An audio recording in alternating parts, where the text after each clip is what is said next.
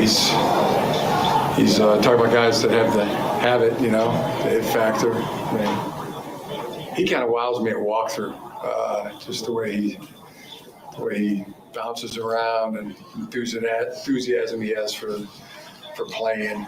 Just like a kid in a candy store. It's fun to be around.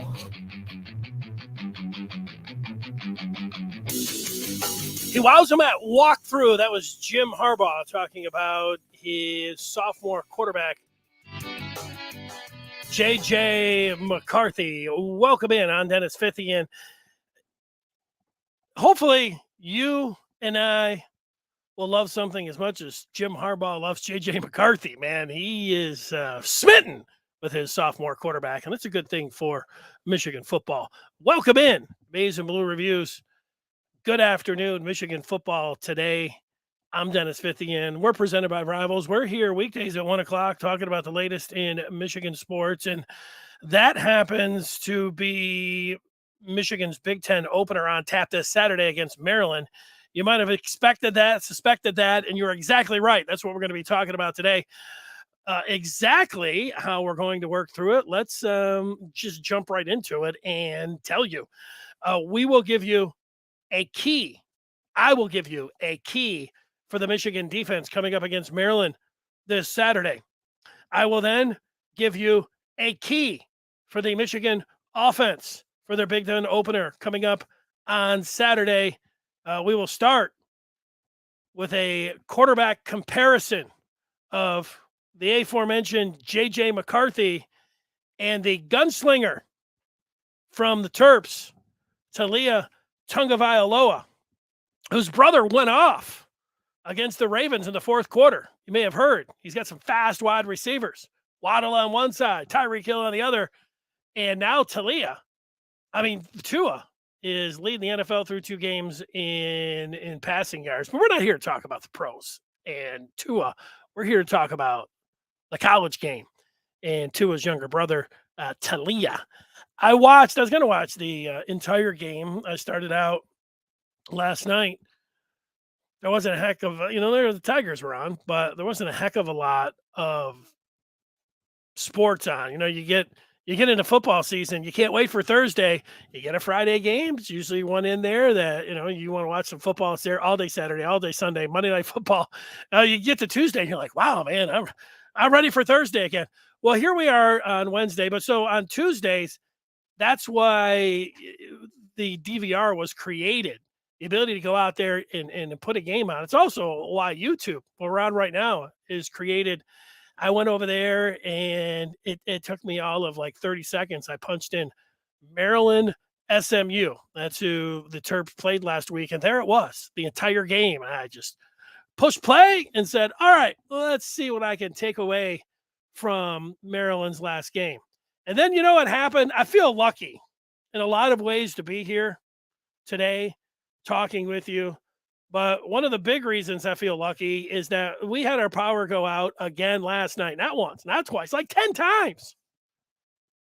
And after a couple times when it's going out, true enough, I had some power on my iPad where I was sitting in a pitch black room watching the Maryland game. But it gets a little frustrating. And last time it happened to me, it was I can remember, it's just a couple weeks ago. It was on a Monday and it went out. The power did at like 5:30. It did not come back until Friday afternoon, I think.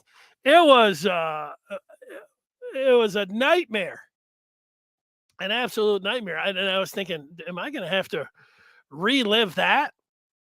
Of going days. We cleaned out our freezers and fridge, cleaned them up really good. Cost us a lot of money in food, but we got those. But I'm happy, and I feel lucky to be here and have all the power on, the lights on, be able to talk Michigan football with you. As always, if you're out there and you want to get your thoughts in, I'll respond to your questions, your points, your opinions. You just type them in and I will put them up on the screen. It's good to see Tyler back on the live feed. The captain, who was a little bit pessimistic yesterday, he's calling for, he's pointing out that McCarthy played last year against Maryland. Tyler asking about Maryland if they run the ball effectively. We will get to that. My answer is yes, from what I saw when it came down to the Terps running game. Terps got a good offense overall, although they got out of the gate slowly and didn't play a very good game against SMU, but they ended up winning it. They'll have to play a lot better against Michigan if they're going to win.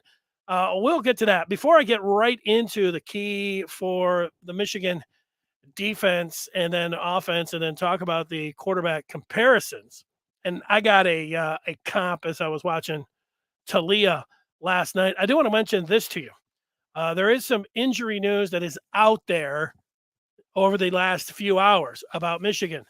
There is some good news in regards to Michigan on the injury front. There is some bad news when it comes to Michigan on the injury front. I did injuries yesterday. I don't know about these injuries. We'll see on Saturday. It's not good. But if you're somebody that wants to know more on the injury front and you can't wait, I'll just I'll tell you, go to the Maize and Blue Review and sign up for the Maize and Blue Review. And right now it's free for the next month. So you should have yesterday when I told you that. And I'm telling you again, if that's something that really interests you. I don't have much more to say about that. It's there for you. You can sift through it. I did all the speculation yesterday, but it's there for you. It's free for you. Take advantage of it if that's something that you're ready to. You just have to know. That's a lot of what Maize and Blue Review is about. Getting you the information out there before everybody else knows, and we're going to find out likely about all this till Saturday. Maybe you just want to wait around like the majority of people till Saturday, but if you want to know before, go ahead and get out there. All right, I'm sifting through some of this because I wanted to get to what was the key for the Michigan defense, and here it is. As I went through some of the slides, I think we all know when it comes down to Taulia Tagovailoa, he is a gunslinger. Last year, Michigan contained him pretty well. He was 19 of 33, had 178 yards, had one touchdown through the air, also ran for a touchdown, and then had one interception. Not a very spectacular game from Taulia. Michigan did a good job, and Michigan had some gigantic plays in the second half and ran away with the game against Maryland. But what do you do against a guy like Tagovailoa, who can run and throw? This comes down to what we were wondering if Michigan was going to be able to do heading into the year. We talked about it all off season. How would Michigan replace their pass rushers in Aiden Hutchinson and David Ojabo? And we have seen through the first three games, we have seen Mike Morris. We've seen Taylor Upshaw. We've seen the new pass rusher that they got late in camp, Yabi Oki, formerly A.B. Anoma, but he is now Oki, number 18 in your program. Braden McGregor, Jalen Harrell, the true freshman Derek Moore. These guys, that's a lot as a group of players that are mentioned there, but that's how many what we have seen so far. If you had not watched the non-conference and you knew yet that they weren't the greatest of teams, and you say, well, how's Michigan going to replace these guys? That's what I would say to you. They're going to use Morris, Upshaw, Oki, McGregor, Harrell, and Moore, and they're going to use the numbers to take up and to attack for what you saw from Hutchinson and Ojabo. And then on the back end, in terms of covering, Jaimon Green, DJ Turner, Will Johnson, those are three corners. I could have put Mike Sandra still up there, who's their nickel corner, their slot corner. And I did put the three safeties up on the board, Rod Moore, Makari Page, and RJ Moten. all of those guys, 19, 7, and 6, will figure in containing him, but that's it.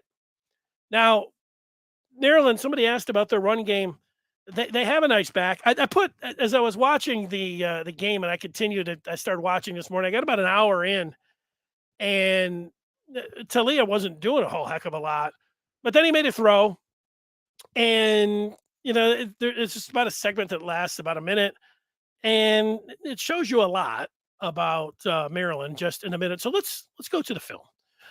This is from Fox. Their color commentator. You might be familiar with him. His name is Devin Gardner, and Maryland just gets a turnover. We'll take you to the second quarter. Under 5 minutes to go.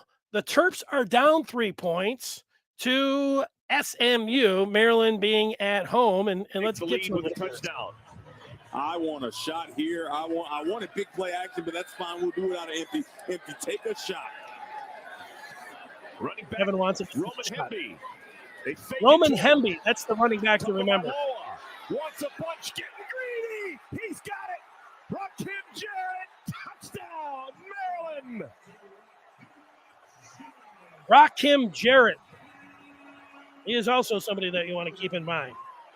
We're talking a lot about Taulia. Earlier in this game, I don't know if it was Devin or if it was the play-by-play man. He said Maryland has maybe the best wide receiving core in the country. Now, that's not what I think, and I don't think that's what you think. And, I know they've got some talent there, but I wasn't ready for somebody to say that maybe they got the best wide receiver core in the country. First one to But this gets back to the point for the defense. You don't want to give any quarterback all day. But if you don't get any pressure on Taulia, you want to know how many layers to this play. All the way across the field, one of the toughest routes. Devin drawing it up here. Big play action, and he's wide open. Taulia Tagovailoa says, Devin Gardner, you want a shot? I got a shot. Down the field, touchdown. Nice throw, layering that ball over the defense. You can't throw that ball straight in there. The linebackers are going to get a hand on it. You can't loft it too high. The safeties will get over the top. You got to layer that ball in that 2 range and get it right to your wide receiver. Taulia is feeling good. Hey, look, I like excitement. And if you're going to err on the side of you want to be dry, like Joe Buck, would have called that call like Taulia throws the ball. He's got his receiver, touchdown, Maryland. Pretty boring, There's the other extreme, Devin and the guy that was there, kind of calling like it was the Super Bowl there. But Taulia just stood back there in the pocket. We could go back and count, but he had a good 4 seconds. He was on his toes, looking around. He was able to wait for that receiver to come all the way across the field and then throw the ball. Michigan's got to do a better job. They got to get pressure on that guy. Watching Taulia from last year and then watching him late last night and then this morning, he reminds me of a more athletic Jameis Winston. He really does have a whistle. I mean, he can throw the football. You give him time, he'll stand in there and he can throw it. What you might forget about him, because Tua, his brother, I think Taulia is a better athlete. Taulia can run. He's a good athlete, and he's got the dual threat ability. If you're just thinking about him being a pocket passer sitting back there, no, he can throw the football. I mean, I'm sorry, he can throw it, but yeah, he can run it too. So, that's what I'm looking at when it comes down to the defense for Michigan. And we'll say it again to you: to contain him, pressure and cover. That's going to be the key for the Michigan defense.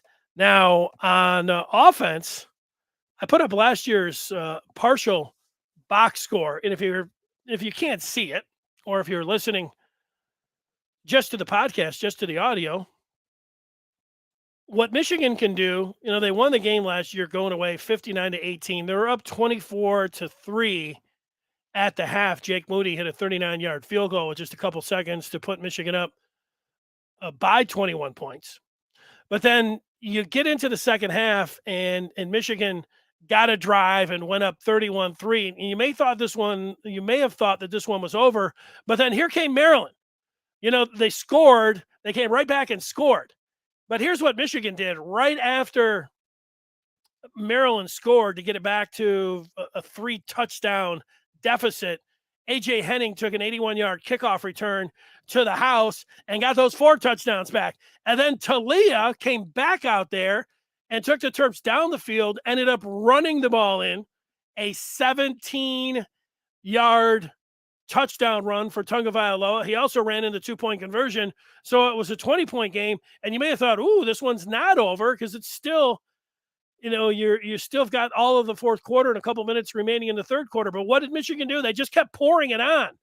In the tune of big plays, Donovan Edwards, 77 yards to expand the lead again. And then Maryland's like, okay, we're going to start airing it out, taking some chances. DJ Turner comes up with the pick. And by then, all the air was out of the balloon for Maryland, 52-18. And then Michigan was able to just work on him on the ground. JJ McCarthy ended up getting a touchdown. The point here is keep pouring it on if you're Michigan. Earlier in the week, the first score without, thinking about everything, putting all the depth charts together. And I just did it in my mind, my gut, like the first 50-30 was my call. I think Maryland, can and will put up some points. I'm adjusting that a little bit. I'm bumping it up on the Michigan side. I'm taking it down a little bit on the Maryland side. I'm thinking 51-28 right now, or 27 maybe. We'll see on Friday, but it's something like that. It's a cover. It was a cover originally. Michigan's favored by 17. It'll be a cover on Friday. I'm just I like the bullseye, the pick. And I'm pretty close. I like U of M by more than 17 points, but I'm trying to zero in on exactly what we're going to get when it comes down to a score. Let's take some of your feedback. I mentioned I do that, and Tyler was asking if Maryland ran the ball effectively. Maryland's got that Hamby. He took the first carry almost 50 yards last week against SMU. He's got a lot of speed. You can see that. And he's their main back. They got down to the goal line. They brought a fullback in and a bigger back, and they tried to just have bigger guys, and it worked, for them getting their first touchdown. So they've got a bigger package and some bigger backs, and they brought another guy in, but mostly it's going to be this Roman Hamby that's back there. And they do have good wide receivers and a good tight end until they can throw it around. So they can score. So Michigan's defense will be tested. But what I saw from the Maryland defense is that you can get after them. You can throw on them. You can run on them. And Michigan will want to do both of those things, and they'll want to just keep pouring it on. Tyler making all kinds of predictions, saying that Will Johnson's going to break out with his first INT. Captain coming back and saying Michigan will have 3 picks overall. Now, Steven is saying that hopefully Edwards is good. Oh, wait, he's speculating on the injury stuff. Okay, yeah, like I said, you can speculate and you can do all of that. People, putting names up and I get that. Like I said, if you want to know what the speculation is, or if you want to know what's going on the injury front, I'm just going to direct you over to the Maize and Blue review, and we will see. I see a lot of people are talking about it here on and want updates. I don't have an update. I'll come back on Friday, and if I get a feel about if somebody's ready, at that point. But, midweek, like this guy's out for the season, this guy's, looking good. We'll just see on that kind of stuff. There's some guys that, are trying to get back and all that kind of stuff and all of that. But I'm just not going to spend the day here speculating on the injury news. I thought maybe I shouldn't have said anything, but it is there, and it is out there. And if you do want to know, it's available for you. So, go ahead and check it out. Now, when it comes down to the quarterback battle, you have JJ McCarthy and you have Taulia Tagovailoa. These guys this year, you just start looking at the numbers. Maryland really hasn't played anybody, but look at the numbers for Taulia. He has thrown the ball 88 times with a completion percentage of over 77%. Good for 895 yards, 6 TDs, and 2 picks. Really good for 3 games. JJ McCarthy, we all know that he just got in there a little bit in game 1 against Colorado State, so he has not taken as many snaps as his counterpart. But the numbers for JJ through 3 games are impressive. 30 of 34. A completion percentage of over 88%. Come on. 473 yards, 3 picks, no interceptions for JJ McCarthy. I talk a lot about JJ McCarthy. You heard Jim Harbaugh at the beginning in talking about how much he loved. What did Jim Harbaugh say? He likes how he warms up. Let's hear the audio again. He's talking about guys that have it, the it factor. Yeah, the it factor. He kind of wows me at walkthrough, just the way he wows him at walkthrough. He wowed me from the first game last year. I went back and I was looking at some tape of McCarthy from last year. In the first game against Western, where he threw across the field, was spectacular.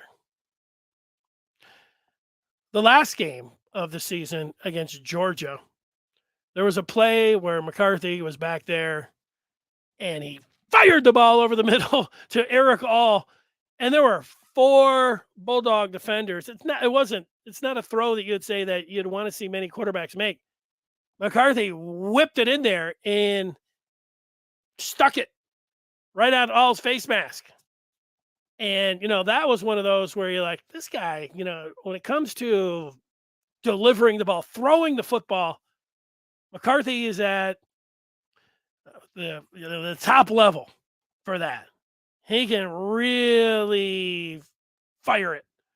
And he showed that there. And then what we have seen from him this year, to be able to take a quarterback competition and burst out of the starting gate, get to a sprint, and just continue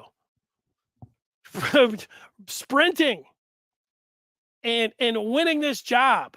There was a lot of, and I was right there up front, speculating on how I thought the quarterback competition would play out, all these different things. Maybe he'll do this, maybe they'll do that. But then when I saw the 2-gamer, each guy getting a start, I was surprised that Harbaugh, after the 2 games, came right out in the press conference after the Hawaii game. It's like, JJ's the starter. Just, knowing Harbaugh, just knowing coaches, we all saw it. We all knew it was obvious, but still.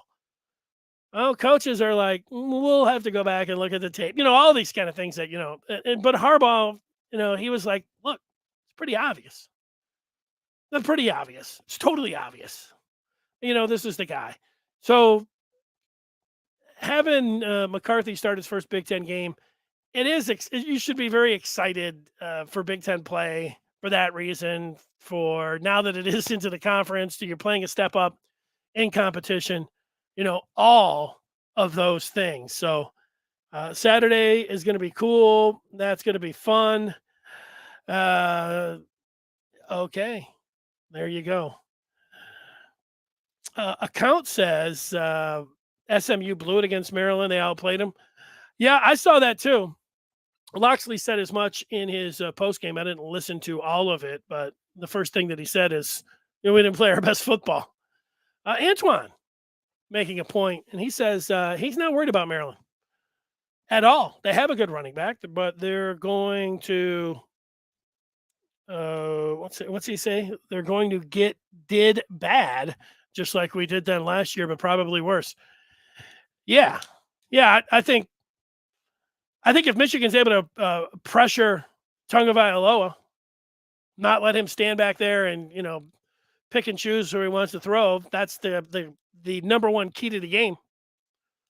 And I think Michigan can do that. I think they can make him uncomfortable. I think they can get him moving. I think they, should be able to score and outscore, and then their defense should be able to contain him enough where Michigan will be able to get a lead and be able to run away with this one. If you think running away with it's winning by, more than 17 points, I think they're going to run away with it. So that's what I see. And the punters wants to see good ball protection, and he wants the control of the lines. SMU lost because they couldn't run the ball and couldn't stop the run, and they lost the turnover battle. Not turning it over, I'm with you on that. You want to see a strong performance from the offensive line? Okay. Yeah, I do too. And that's the one thing that, we talked about it yesterday. I was, looking at the numbers, and as much as we talk about the non-conference, yeah, let's see Michigan come out and play really well up front in both firing off the ball and in pass protection. That would be nice. And the key, to go over it another time, is to get out there and don't let Taulia, sit out there and be comfortable. Get after him, move him around, and then tackle. He's going to run. He's going to make a few. Don't let him, go running for 20 yards or anything, but, get him on the ground. They do that, Michigan ought to be able to win this game. No updates. No updates, Otis, when it comes down to the injuries, at least for me, although there are some updates out there. Our run defense is much better than last year. The pass defense is to be determined. What's 5/10 to 10/10? You think they were just a 5 out of 10 last year, and this year they're going to be a 10 out of 10? Well, that would be great. I think they have the potential, Captain, to be a better run defense. I think listening to Jim Harbaugh this year, he's mentioned it more than once. He likes to call it building a run wall. And when I see Mozzie Smith and Chris Jenkins on the inside and then Mike Morris, those three guys, that is a run wall. Taylor Upshaw on the other side. Hopefully he's got that club off of his hand. I didn't notice if he had that off of his hand last week or not. But I think they can be a run defense. And being able to get to the quarterback with all of the different guys. They had 2 premium pass rushers, and they're doing it with 5 or 6 guys this year. Getting home and being able to make that play, the difference. We'll see if they're going to be able to do that coming up on Saturday. DJ says, what's up? I have Michigan running away early with early turnovers and special teams. Hopefully some new accessories, gloves, wristbands, etc. Yeah, good luck on that. I think that mentioning special teams for Michigan is the way to go. What we knew about Michigan heading into the season is that they looked like they had a really good offense, and we were going to find out about defense, but they had the number 1 special teams in the country last year, led by Jake Moody and Brad Robbins and H.A. Henning, and all those guys were coming back. Jay Harbaugh is the special teams coordinator. The Michigan special teams, it's good.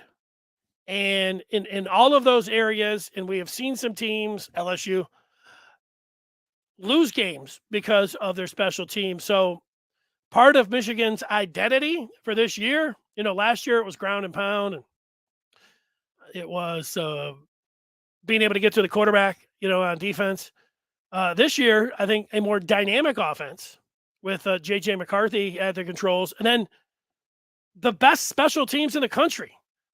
If you were the best special teams in the country last year and all those guys are back and you've shown it so far this year, I think it's safe to say dynamic offense, the best special teams in the country, and then a defense that's got a lot of candidates to take up and pick up the slack from the premium defenders from last year. Now, that's a lot. That's pretty wordy when you're talking about Michigan was ground and pound last year.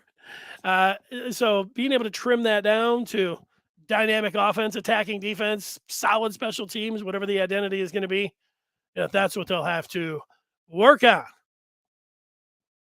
Nobody's sleeping on Maryland. Steven puts a 48-17 score up. I don't think that looks bad. He's looking at that first half spread. He took it 9.5. It can happen.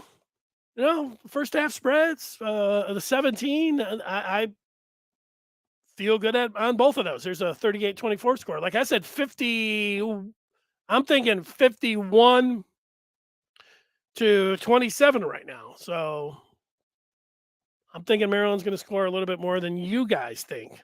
And then I think that Michigan will score a little bit more than maybe you guys are thinking as well. You get any more questions, any more feedback? Now's the time. Go ahead, put it up on the screen. We're getting some scores and all of that. Jason mentioning that he thinks that our only regular season game this year and next is OSU, and then the playoffs. Well, I don't agree with that. I may have seen where you were coming from before the season, but watching Penn State last week, that's a formidable group. Formidable. So that's not going to be a cakewalk, I don't think. I also think, as much as I have in the past looked right by Michigan State, you can't afford, as much success as Michigan had last year, they did not beat Michigan State. And as much as I thought that Michigan was going to beat Michigan State by 50 2 years ago on Halloween, and then they lost the game, it reminded me that in rivalry games and in this particular game, you don't talk about blowing a team out by 50 points or 40. You talk about just winning the game. I know it's fun to talk about blowing them out. It's more fun. It is. Not worrying about them at all, casting them aside, giving them no respect, not even considering that it's going to be a game, laughing at them because it makes you feel good. You do have to remember somewhere, and it's a long ways away before they play Michigan State, but both teams have a bye before, but yeah, I'm not going too crazy on it. I get it. But they've got, before Ohio State, those two games, they are both at home, which is really nice. And Penn State looks a little bit better than I thought. And Michigan State's defense, in particular their pass defense, looks the same as it was last year, which was terrible. So that should be encouraging if you're a Michigan fan. That's for sure. Okay. Otis calls, you're calling Michigan State the Rodney Dangerfield of college football. Well, I know their fans think that. They've used that over the years to be pretty successful, utilizing the disrespect card. It really did work for them. But, Michigan's playing Maryland this week. They got a long time. They're still, let's see, today is September 21st. The Michigan State game this year is the 29th. So we got over a month. I mean, it's still a long ways away. In between now and then, Maryland, at Iowa, at Indiana, Penn State, a bye week, and then the Spartans before Tuck's going, as Otis says. I'm with you on it. All right. I want to remind you of a few other things here. One is that we do this podcast every day at 1. We also have a roundtable that breaks on Monday. We've got a film review that comes your way on Monday. We got a film review coming for you tomorrow with Jim Scarcelli. He's doing outstanding work when it comes to the telestrator. You got a recruiting pod that drops on Tuesday.